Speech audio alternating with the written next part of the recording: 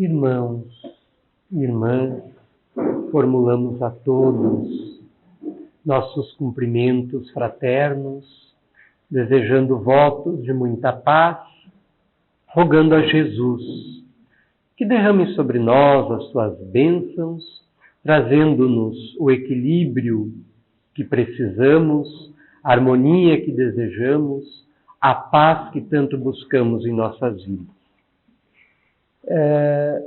Gostaríamos de iniciar a nossa fala tecendo alguns comentários em torno da expressão psicologia. Psicologia é hoje uma doutrina que se debruça sobre o estudo da personalidade humana e do comportamento do ser humano sobre a face da Terra. Etimologicamente, no entanto, essa palavra guarda suas raízes na língua grega. É formada por duas expressões gregas. Psico vem de psique, que pode ser traduzido, entre outros termos, por alma. E logia vem de logos, razão, conhecimento, entendimento e estudo. Então, literalmente, psicologia seria a ciência que estuda a alma. Todavia, a psicologia contemporânea transformou-se numa disciplina do conhecimento humano que deixou a alma de lado. Não tem mais estudado a alma e tem se debruçado sobre a observação de comportamentos exteriores da criatura humana a fim de traçar alguns perfis de personalidade.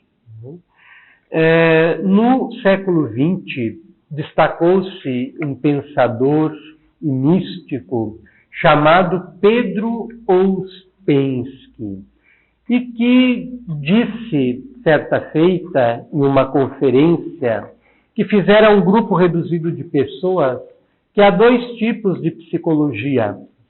Uma que aborda a criatura humana tal qual ela se apresenta, que é a psicologia da academia, que é a psicologia oficial, e outra que estuda a criatura humana no que ela pode ser, que ele chamou de psicologia da evolução possível ao homem. E é sobre essa psicologia que nós gostaríamos de tecer alguns comentários na tarde de hoje, porque ela vem de encontro a uma necessidade emergente que nós temos de despertar para o conhecimento superior, para o conhecimento que liberta. Jesus, ao seu tempo, disse o seguinte: conhecereis a verdade e esta vos libertará. A doutrina espírita traz uma verdade relativa que nos favorece o entendimento do nosso ser e de todos os seus potenciais, que nos habilitam a conseguirmos ser mais felizes na vida presente, mesmo enfrentando os problemas de sempre, as dificuldades de relacionamento que nos são pertinentes, os problemas de desarmonia que frequentemente experimentamos, os problemas os mais diversos que sempre enfrentamos. Então, Pedro Ouspensky traçou um panorama da psicologia da evolução possível do ser. Aquela evolução que nos é factível, que nos é possível alcançar. E, para tanto, ele fez um estudo da consciência humana, classificando-a em 4 níveis principais. O primeiro nível ele chamou de consciência de sono, em que a maioria das pessoas estariam, né? Embora despertas fisiologicamente, encontrar-se-iam num estado permanente de sono, né? Olvidadas, esquecidas, ignorantes de tudo que ocorre fora de si, voltadas apenas para si próprias, presas num egoísmo feroz, não conseguem divisar nada além, não conseguem ver mais longe, não conseguem enxergar algo que ultrapasse o próprio umbigo, o próprio centro do ser, o próprio ego. Né? E essas pessoas acabam sendo vitimadas por toda sorte de dificuldades que decorrem dessa forma equivocada de encarar-se a vida.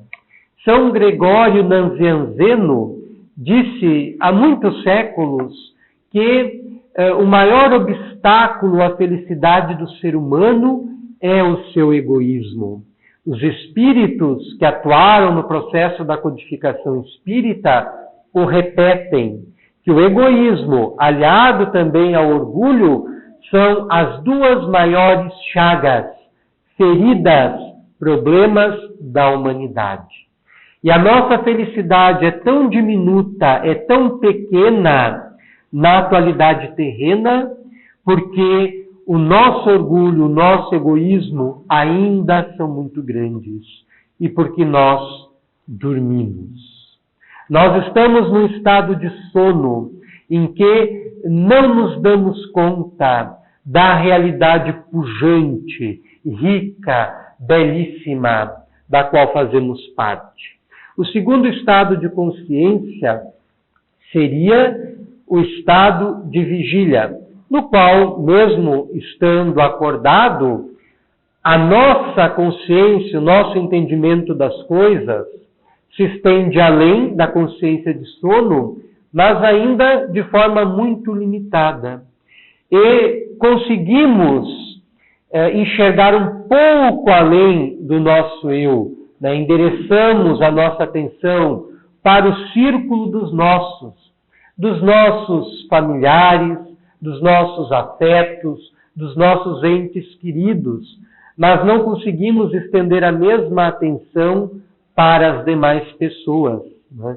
Que distância enorme existe entre a forma como Cristo tratava o próximo e a forma como nós hoje tratamos o próximo de uma forma geral. De um lado, Cristo amando profundamente todas as criaturas indistintamente, inclusive oferecendo o mesmo amor tanto para sua mãe quanto para qualquer transeunte que ele cruzava pelos caminhos da antiga Palestina.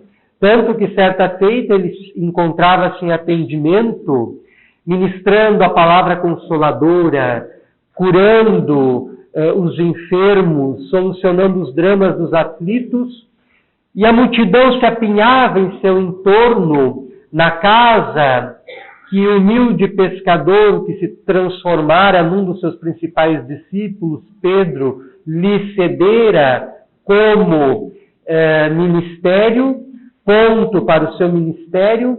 A sua mãe, alguns dos seus irmãos, como narram os evangelhos, vieram procurá-lo.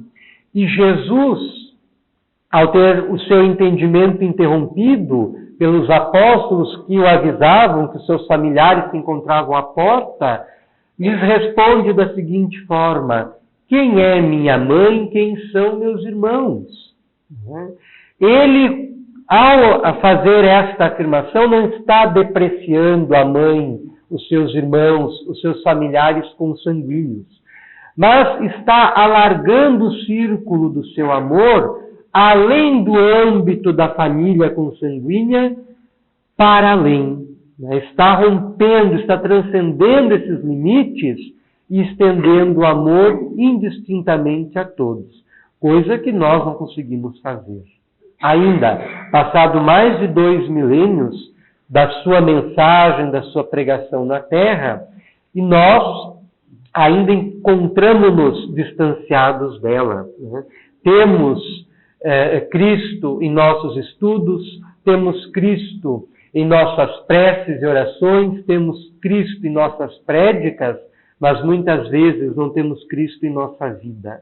Não temos Cristo em nosso pensamento, não temos Cristo em nosso coração, não temos Cristo em nossas vivências diárias, cotidianas, quando a sua presença é indispensável para que na terra possamos gozar de momentos caracterizados pela paz e não pela violência, pelas dificuldades e conflitos conforme ocorrem. Desculpem. Então essa é a consciência de estado de vigília. Ainda vítima do egoísmo, vítima da egolatria, vítima do que o espírito André Luiz chama de tirania do eu. Nós somos tiranizados pelo egoísmo que nos consome e nos impede de avançar além de nós mesmos. E essa é uma das outras características negativas, digamos assim, das psicologias tradicionais, que se concentram sobre o eu, sobre o ego, né? Não vão além do mesmo. O terceiro estado de consciência seria a consciência de si, né? A consciência de si próprio, que alguns psicólogos norte-americanos chamam de self, que é um pronome reflexivo da língua inglesa, que poderia ser traduzido para o nosso idioma como sendo si mesmo, né? O si próprio. Então, a consciência de si é que nós devemos buscar. Nós temos que suplantar o estado da consciência de sono, o estado da consciência de vigília, para alcançarmos o estado da consciência de si. E a doutrina espírita, há mais de um século e meio, encontra-se na Terra como grande coadjuvante nesse sentido de conseguirmos nos identificarmos com a nossa própria consciência, já que ela não é física, já que ela não está limitada ao corpo físico. Um grande estudioso das ciências da alma, médico, psiquiatra, professor universitário, Dr. Joseph Banks-Heim, pai da parapsicologia, chegou, no ocaso já dos seus estudos, a uma brilhante conclusão, a de que a nossa mente, a nossa consciência, não é física, isto é, não encontra-se como produto, como sendo consequência do jogo dos átomos, das moléculas, das células neuroniais que formam o nosso cérebro. A nossa mente, repetindo o enunciado do emérito professor, não é física. E nós precisamos nos identificar com essa mente, com essa consciência que não é física, que não é o nosso corpo físico. Né? Quando isso for feito em nossas vidas, nós vivenciaremos uma revolução pessoal em nossas existências, que partirá desse pressuposto de mudarmos a forma como nós nos encaramos e encaramos a vida, as pessoas, as relações humanas, os problemas que vivenciamos, os desafios que temos, etc. Ao mudarmos o paradigma, o modelo com o qual nós enfocamos a nossa realidade, nós estaremos dando um grande passo no sentido de termos uma vida melhor, por termos ampliado a nossa consciência, enxergando as coisas de forma mais profunda, enxergando as coisas que se encontram ocultas sob o véu da materialidade, enxergando além do que, porventura, no momento, estejamos enxergando sob as camadas do nosso ego, enxergando a nossa essência, os nossos sentimentos, as nossas emoções, que comumente nos passam desapercebidas, nos passam inconscientes, não conseguimos enxergar, né, o que nós somos, o que nós temos dentro da gente, o que nós sentimos, e nem oferecemos atenção para isso, porque como estamos com a nossa atenção completamente deslocada num eixo que gira em torno do nosso ego, do nosso eu, toda preocupação que extrapole esse eixo de preocupações perde o seu sentido, perde a sua razão de ser.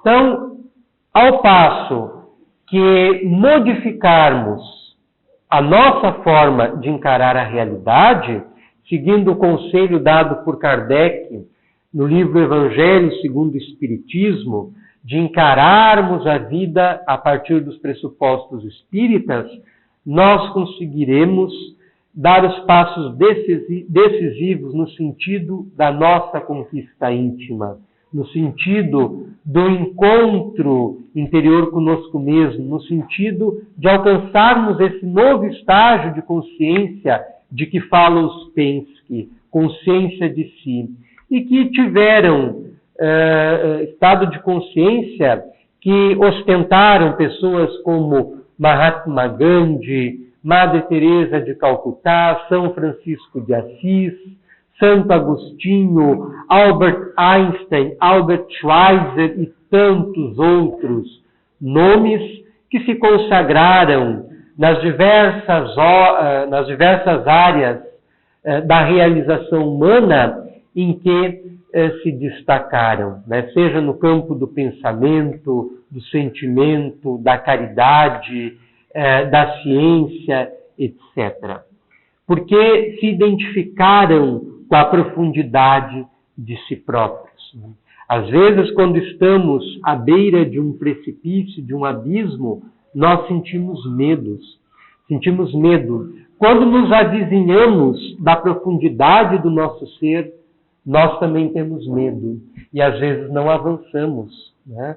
Não rompemos as couraças que permitiriam extrapolar os limites que nos prendem à nossa infelicidade, à nossa amargura, ao nosso ressentimento, ao nosso rancor, nosso sentimento de vingança, etc. Então, para conseguirmos avançar num estado de consciência mais ampla, é necessário um esforço muito grande da nossa parte. Mas nisso, como dizíamos antes, a doutrina espírita pode nos coadjuvar, oferecendo-nos o seu vasto leque de esclarecimentos doutrinários que nos permitem avançar no sentido de um estado de consciência maior, mais ampliado. E a doutrina espírita nos apresenta o quadro da nossa realidade existencial, que é um quadro limitado pela nossa capacidade de entender, mas que é muito mais avançado do que muitas das propostas da psicologia da academia, que é uma psicologia ilimitada, né? Porque encara apenas o homem e os seus comportamentos, o homem, os seus arquétipos, o homem sem os seus conflitos, sem aprofundar a psique humana, aprofundar o espírito humano, sem sondar a intimidade do ser. Assim, a doutrina espírita nos apresenta como sendo espíritos imortais, nos apresenta como sendo herdeiros de um passado milenar, né? Esclarecendo-nos que essa não é a primeira vez que a gente está aqui neste plano, que não é a primeira vez que a gente está com as pessoas com as quais nós nos encontramos, que não é a primeira vez que estamos defrontando e confrontando tal problema que se nos assemelha a um verdadeiro gigante, porque não conseguimos vencê-lo, não conseguimos derrotá-lo, não conseguimos solucioná-lo. Então, a doutrina espírita nos esclarece que nós estamos aqui para atender um conjunto de necessidades mais profundas da nossa existência, que emergem da nossa própria consciência, do nosso ser espiritual, e que precisa ser equacionado a fim de nós seguirmos além. Quando nós ficamos apenas andando em voltas, dando voltas, andando em círculos em torno de nós mesmos, nós vamos repetindo as encarnações sucessivamente sem lograr avançar, sem conseguir ir adiante. Os hindus caracterizaram isso muito bem na sua doutrina da reencarnação ao chamar isso de samsara, a roda das encarnações inferiores, a qual os indivíduos estão submetidos até conseguir romper com o ciclo das encarnações viciosas, degradantes, em que se verificam apenas as quedas, e a alma consiga encontrar a sua redenção, a sua libertação, a sua ascensão a planos de consciência maiores. Né? Nós podemos abreviar esse circuito de encarnações sucessivas se nos esforçarmos por desenvolver os valores da nossa alma, demandando um grau de consciência superior a este que nos encontramos. Jesus jamais inquietou-se ante as agressões que ele recebia. E ele recebia agressões em todos os instantes da sua peregrinação pela terra. Quando ele inicia o seu apostolado nas bodas de Canaã, desde então até o momento do seu calvário, da crucificação infamante, a sua passagem pela terra foi um quadro de experiências dolorosas, onde ele foi experimentado de forma muito dura pelo sarcasmo, pela incúria, pela raiva, pela intriga, pelo ódio, pela pequenez humana. Mas os evangelhos noticiam que ele nunca se inquietou frente às borrascas da vida, frente aos ataques que ele recebera, porque a sua consciência se encontrava em outro patamar, se encontrava além do estado de consciência em que nós ainda hoje nos encontramos, o que lhe oferecia serenidade, calma, harmonia para os enfrentamentos diários. Ele estava sempre pleno, completo, em todos os instantes, e predisposto a atender as criaturas nas suas necessidades mais íntimas, porque ele já havia concluído seu ciclo de desenvolvimento interior e tinha sua mente vibrando, como dissemos, em outros patamares conscienciais. Mas isso demonstra o estado de consciência que nós devemos alcançar, já que o Cristo nos deve servir de modelo, de guia, de exemplo em tudo. Então, por que nos inquietamos tanto quando sofremos um ataque, às vezes até daqueles que mais gostamos? Como aquilo nos incomoda, como aquilo nos tira do sério, como nos encolerizamos, embravecemos, né? Como revelamos o que temos dentro de nós. Né?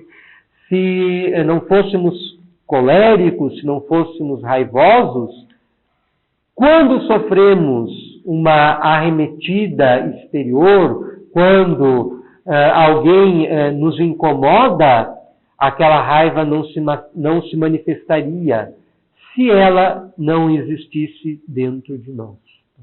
Então, os eventos cotidianos servem de espelho para mostrar o que há dentro de nós, o que existe em nossa consciência, o que nós temos em nossa intimidade. E justamente para que consigamos trabalhar todas essas qualidades que são muito negativas e que nós temos manifestados de encarnação para encarnação sem conseguir modificá-las. Às vezes a gente fica perdido em devaneios, se perguntando, mas qual a finalidade da minha existência?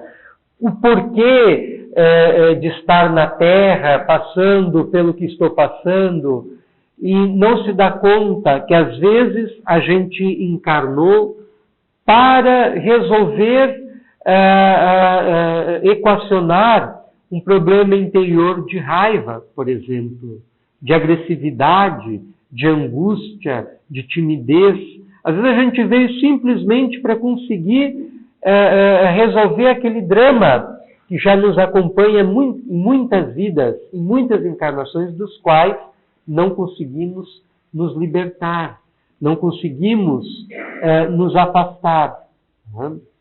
Então, adquirindo a consciência de si, nós vamos compreender a nossa imortalidade, a nossa dimensão da realidade se alargará, os nossos sentimentos se enobrecerão e nós vamos nos concentrar mais em nossa intimidade, em manter nosso pensamento mais elevado, em fortalecer a nossa vontade nas coisas que são nobres, belas, positivas, em nos concentrar nas grandes riquezas do espírito, em buscar os valores que farão de fato diferença em nossa vida.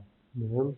Quando a pessoa desencarna, quando a pessoa morre e ocorre o despertar na espiritualidade, é como que se rompesse o véu da ilusão do qual nós somos tomados ao estarmos encarnados, e a pessoa vê como não tinham significado tantas coisas em sua vida. Né? A casa, os bens materiais, o carro, o celular, o notebook, o computador, as viagens, tantas coisas não tinham significado, a importância, o valor que havia sido dado para eles enquanto na carne. E daí se lembra quanto tempo eu poderia ter dedicado à minha elevação interior. Quanto tempo eu poderia ter dedicado a me amar mais, a amar mais os meus, a amar mais meus familiares. Quanto tempo eu podia ter oferecido para ajudar aqueles que me cercam a compreender a vida de outra forma. Quanto tempo eu poderia ter dedicado para ajudar os meus semelhantes? E aí a vida adquire outros sentidos e outras dimensões. E nós precisamos trazer esse momento da morte, né, antecipar esse momento da morte para a nossa vida atualmente. Né? Jesus dizia que para que o trigo nasça, é indispensável que a semente morra, a fim de o trigo vicejar.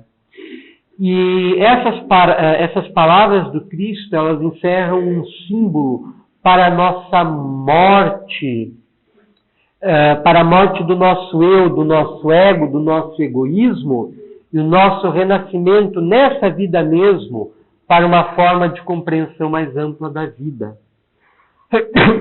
Para estabelecermos uma nova axiologia, uma nova hierarquia dos valores da nossa vida. O que de fato tem valor para mim? O que de fato é importante para mim? Né?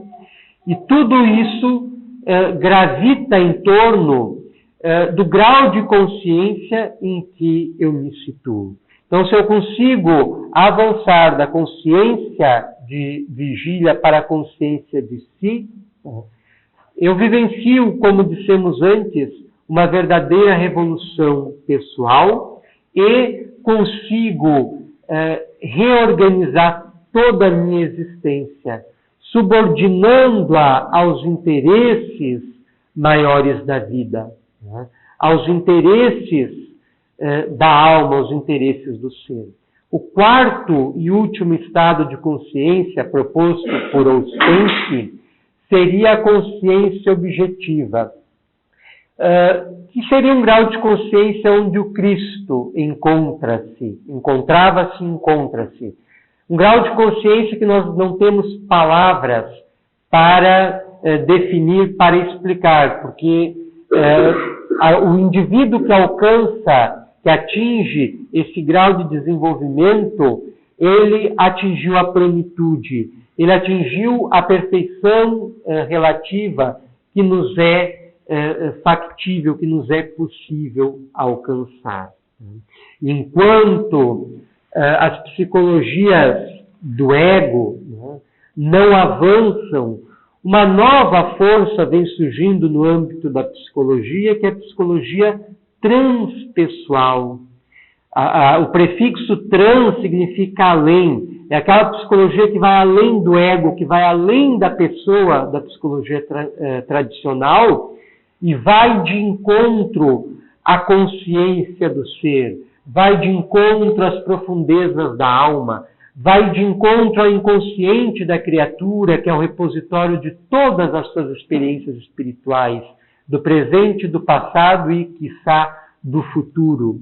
Então, essa nova corrente psicológica que encontra-se desenvolvendo-se celeremente no Brasil e em diferentes partes do mundo, contando com pioneiros como Stanislav Grof, Sutish, Abraham Maslow e tantos outros que se transformaram em arautos de uma nova era, a era da consciência desperta.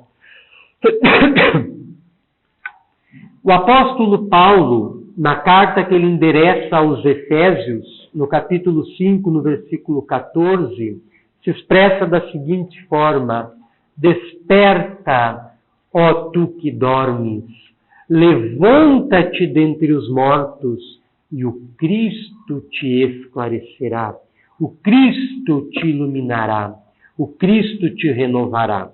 Desperta, ó tu que dormes, levanta-te dentre os mortos e o Cristo te esclarecerá. Então nós precisamos despertar deste sono, conseguirmos rasgar o véu da materialidade em que nos encontramos para nos compreender de forma mais plena e profunda. Os evangelhos são ricos em metáforas que caracterizam o estado em que nós, a maioria das criaturas, nos encontramos, esse estado de sono. O Evangelho de João, especificamente, narra o famoso episódio de Lázaro. Lázaro, que era irmão de uma das mais ardentes seguidoras do Cristo, havia morrido no entendimento deles. E eles vão às pressas chamar o Cristo. E o Cristo demora um tempo a chegar lá, né? Ele chega cerca de 3 dias após a morte de Lázaro. Ele já estava, inclusive, dentro do sepulcro, né? Lembrando que os sepulcros judaicos geralmente eram uma caverna, né? Um buraco na rocha e uma outra rocha bloqueando a entrada.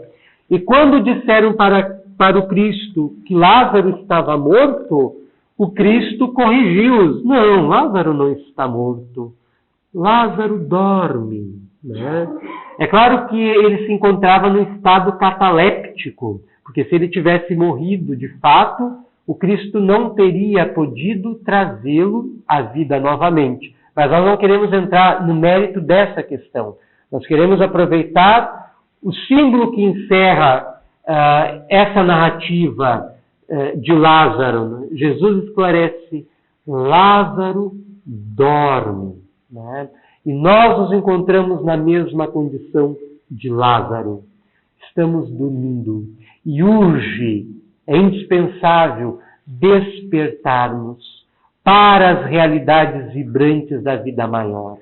Deus espera de cada um de nós o momento solene do nosso despertar para a espiritualidade superior, onde consigamos exteriorizar os nossos potenciais infinitos inesgotáveis que assinalam a nossa herança divina, a presença do Criador em nós, criaturas suas, para que avancemos na direção do sem fim, mais felizes, porque despertos para as coisas que de fato são importantes para nós. Jesus dizia: buscai em primeiro lugar o reino de Deus e a sua justiça, e tudo mais vos será dado em acréscimo. Enquanto nós não mudarmos a nossa consciência e o nosso paradigma, o nosso modelo de encarar a realidade, subordinando os nossos interesses materiais aos nossos interesses espirituais, que devem ser o centro das nossas atenções, nós continuaremos avançando cambaleantes, as quedas sucedendo-se e as vitórias cada vez mais escassas, rarefeitas, porque estaremos encarando a vida de forma equivocada. Então, o Cristo espera que despertemos do sono, do nosso egoísmo, do nosso marasmo, da nossa incompreensão, da nossa ignorância, para uma consciência de vida vivificante, plena, completa, que nos permitirá a felicidade que buscamos, que nos permitirá a paz que tanto procuramos e não encontramos, que nos permitirá a realização completa de nossas vidas.